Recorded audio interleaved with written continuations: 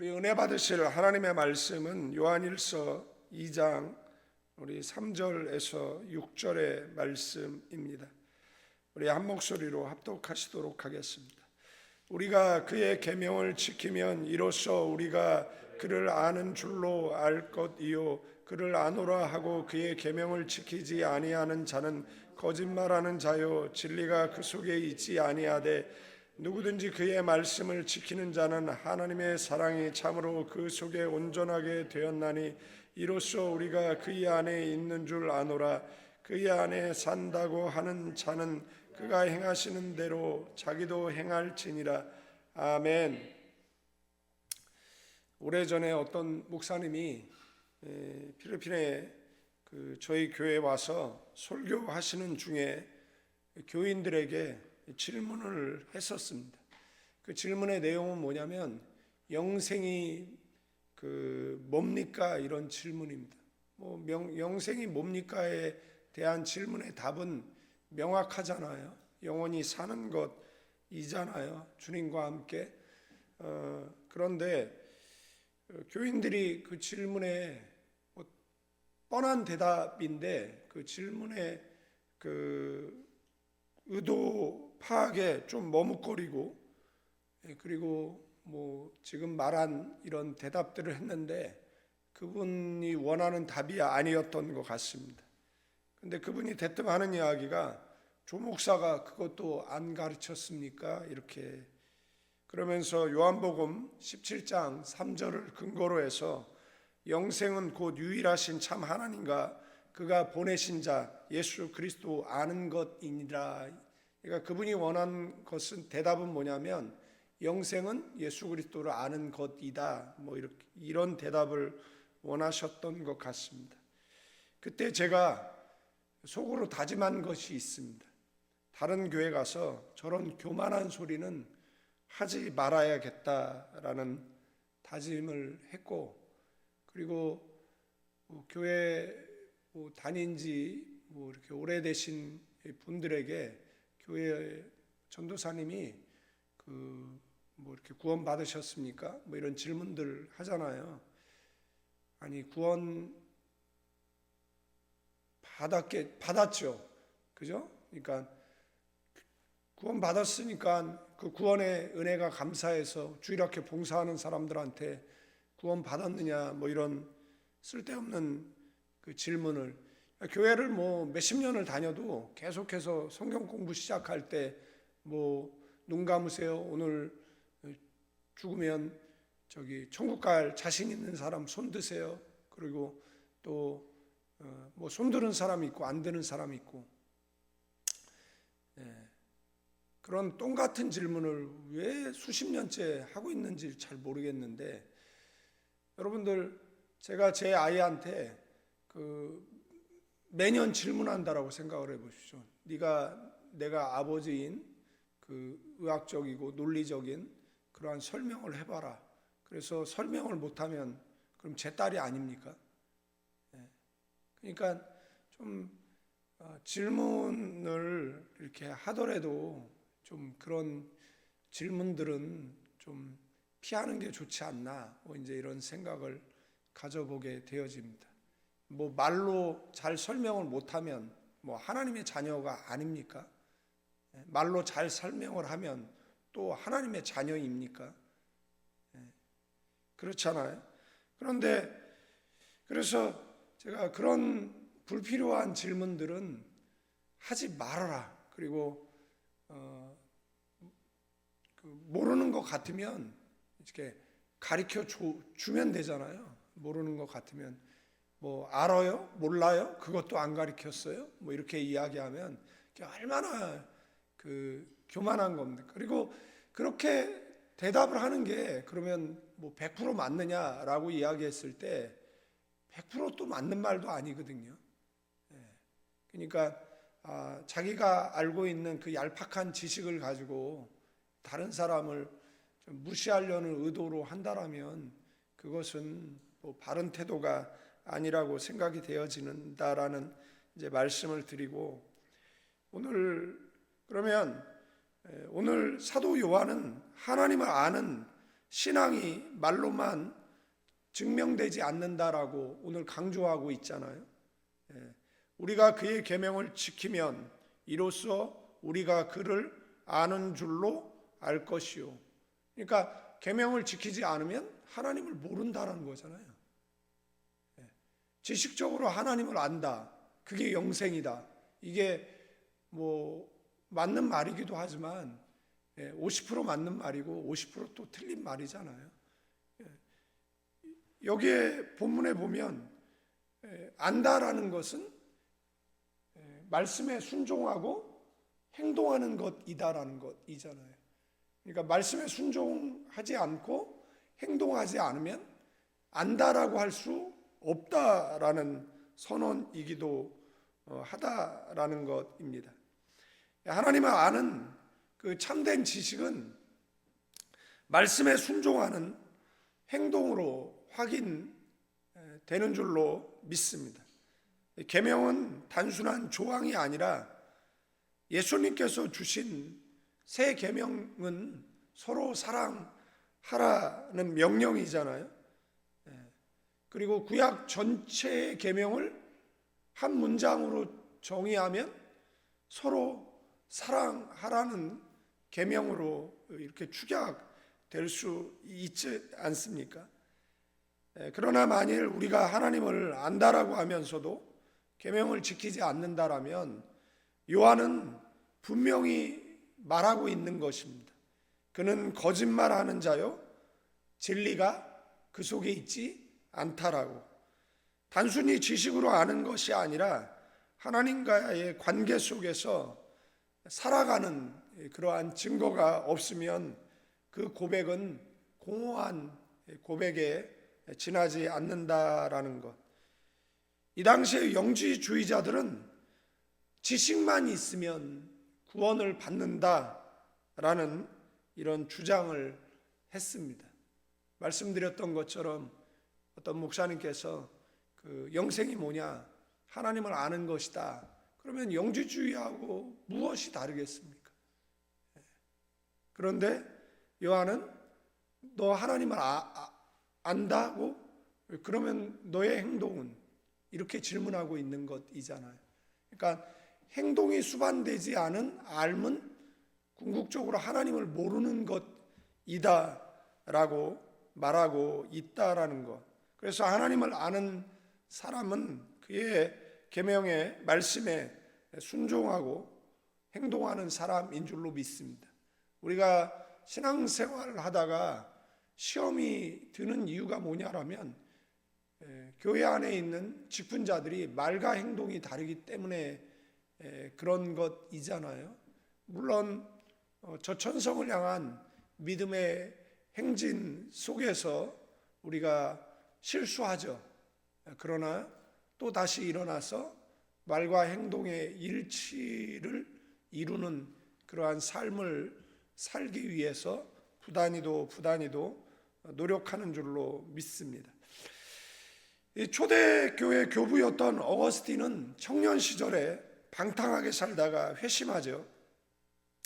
그는 지식으로는 하나님을 알았지만 삶이 따라가지 못했기에 늘 공허했다라고 합니다. 그러나 말씀에 순종하기로 결단한 순간 그의 고백은 하나님을 알기는 알았으나 이제는 내가 하나님 안에 사는 것을 경험한다라고. 어거스틴의 고백처럼 하나님을 안다라고 말하면서 삶의 순종이 없다라면 그것은 공허한 지식에 지나지 않는다라는 것입니다. 5절 말씀에 보면 누구든지 그의 말씀을 지키는 자는 하나님의 사랑이 참으로 그 속에서 온전하게 되었나니 이로써 우리가 그의 안에 있는 줄 아노라. 요한은 이어서 뭐라고 묻습니까? 누구든지 그의 말씀을 지키는 자는 하나님의 사랑이 그 속에 온전케 되었다. 그러니까 하나님의 말씀을 지키지 않는 사람은 온전하지 않은 사람, 하나님의 말씀을 지키는 사람은 온전한 사람이다라고 말하고 있는 것입니다. 여기에 말씀은 좀 계명보다는 좀 넓은 개념을 이야기하는 것인데 복음 전체에 대한 순종의 의미를 포함하고 있다라는 것입니다. 그러니까 순종은 뭐 단발적인 어떤 결정이 아니라 현재적이고 그리고 지속적이고 그리고 그런 습관임을 강조하고 있다라는 겁니다.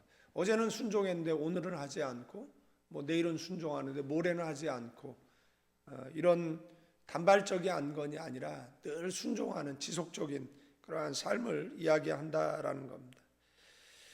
하나님의 사랑이 우리 안에 들어오게 되어지면 우리는 점점 성숙으로 나아가게 되어져 있습니다. 그래서 그 성숙이 외적인 무엇으로 열매로 나타나는 것이죠.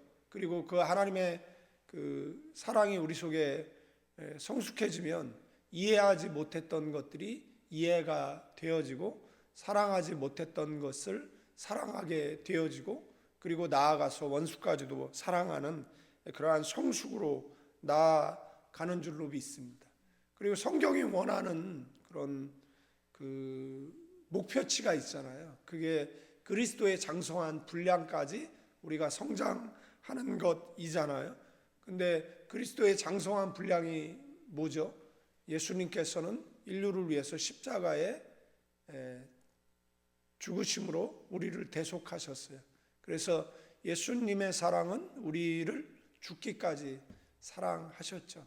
그래서 성경은 우리에게 말씀하고 있는 그 하나님의 사랑이 우리 속에 들어왔을 때의 그 성숙이 뭐냐라고 이야기하면 그것은 주님 닮아가는 그러한 모습인 줄로 믿습니다.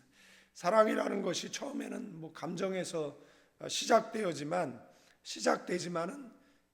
그 사랑으로 인해서 말씀에 순종하고 그리고 지속적으로 순종하는 그런 성숙을 이야기하는 것인 줄로 믿습니다.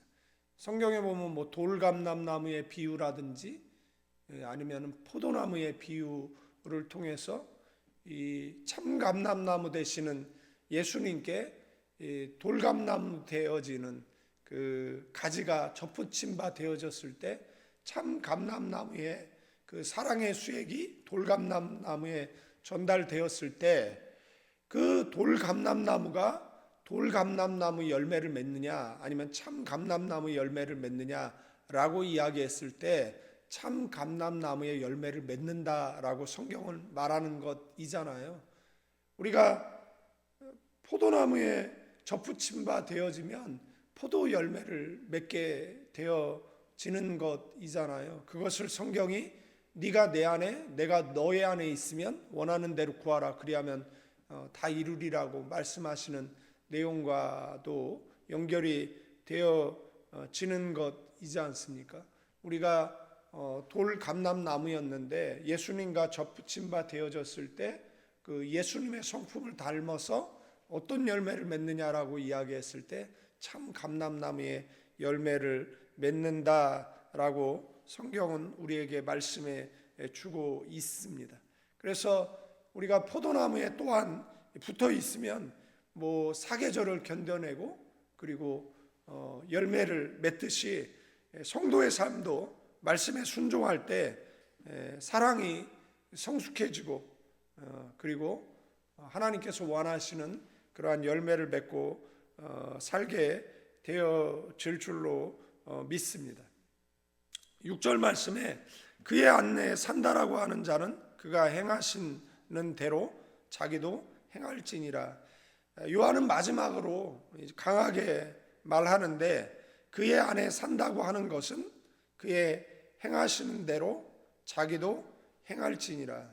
하나님 안에 거하는 것은 단순히 체험이나 감정 구조가 아니라는 것, 그것은 곧 예수님께서 사신 삶을 본받아 살아가는 삶인 줄로 믿습니다.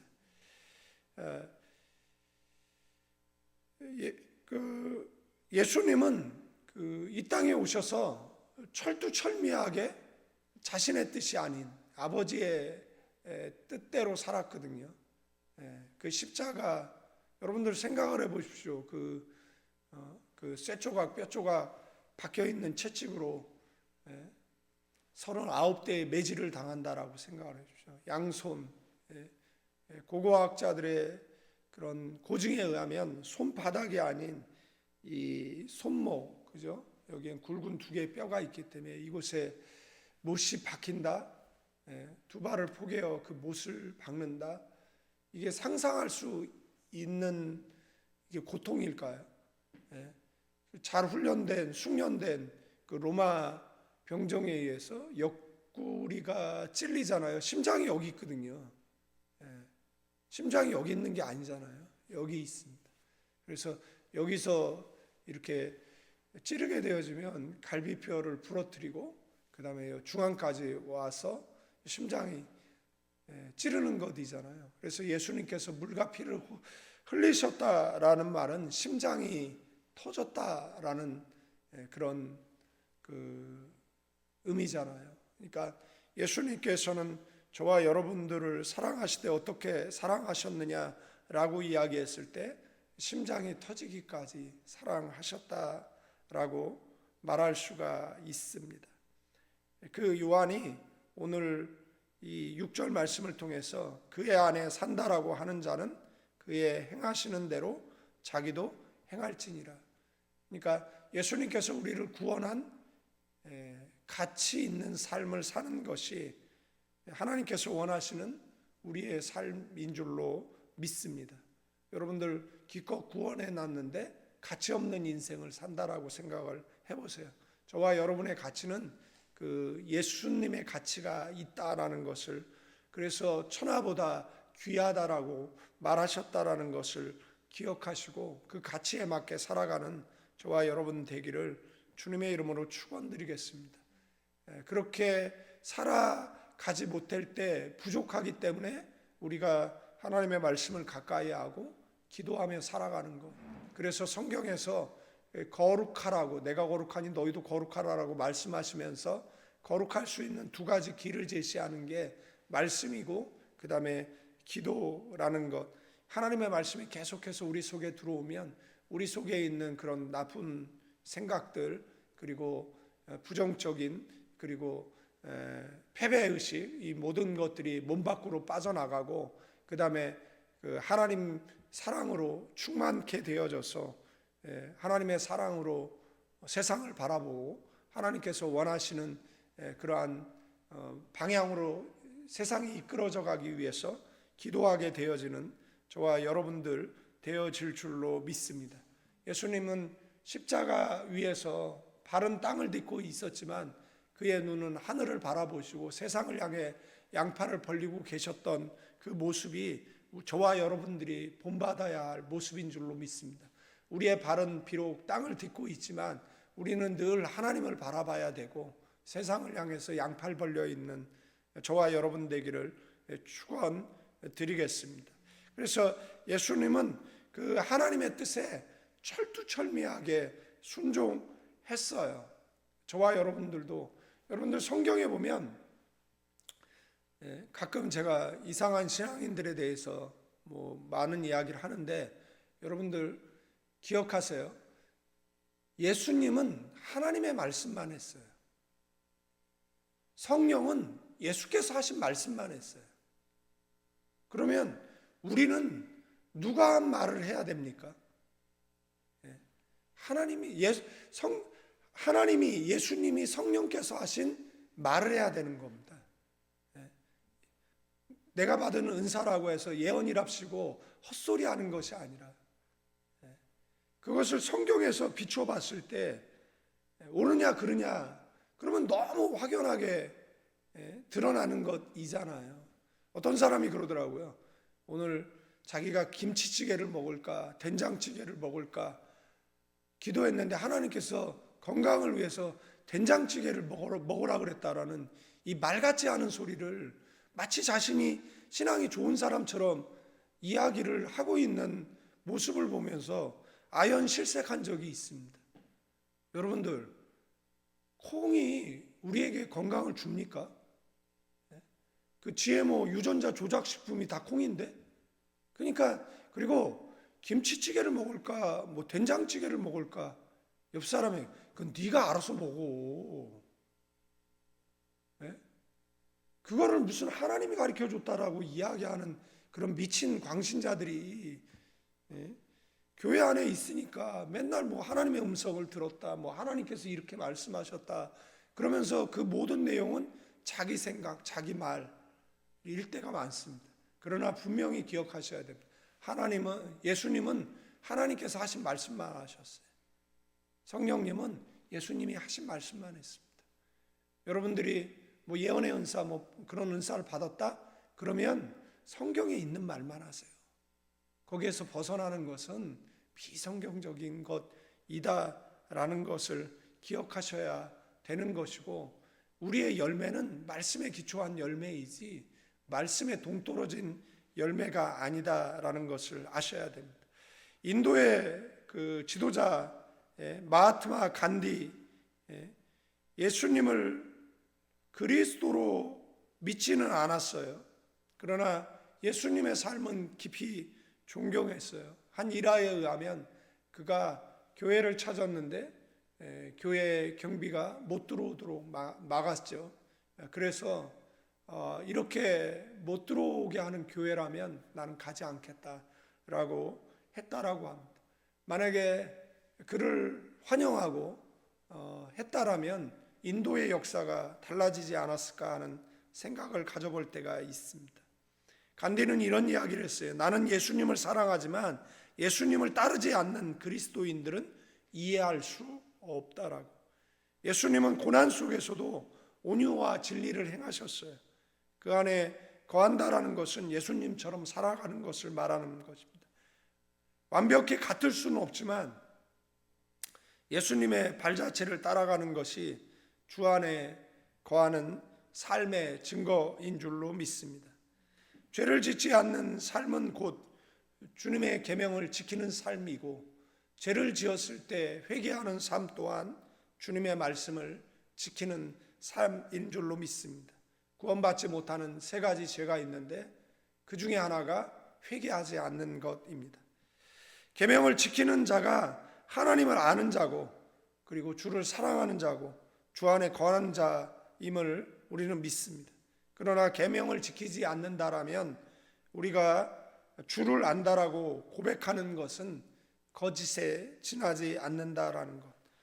그러므로 성도는 무엇보다 서로 사랑하고 주의 계명을 힘써 지키는, 그래서 하나님 원하시는 아름다운 열매를 맺고 주님 앞에 섰을 때 어여치 떳떳이 서는 저와 여러분 되기를 주님의 이름으로 축원드리겠습니다.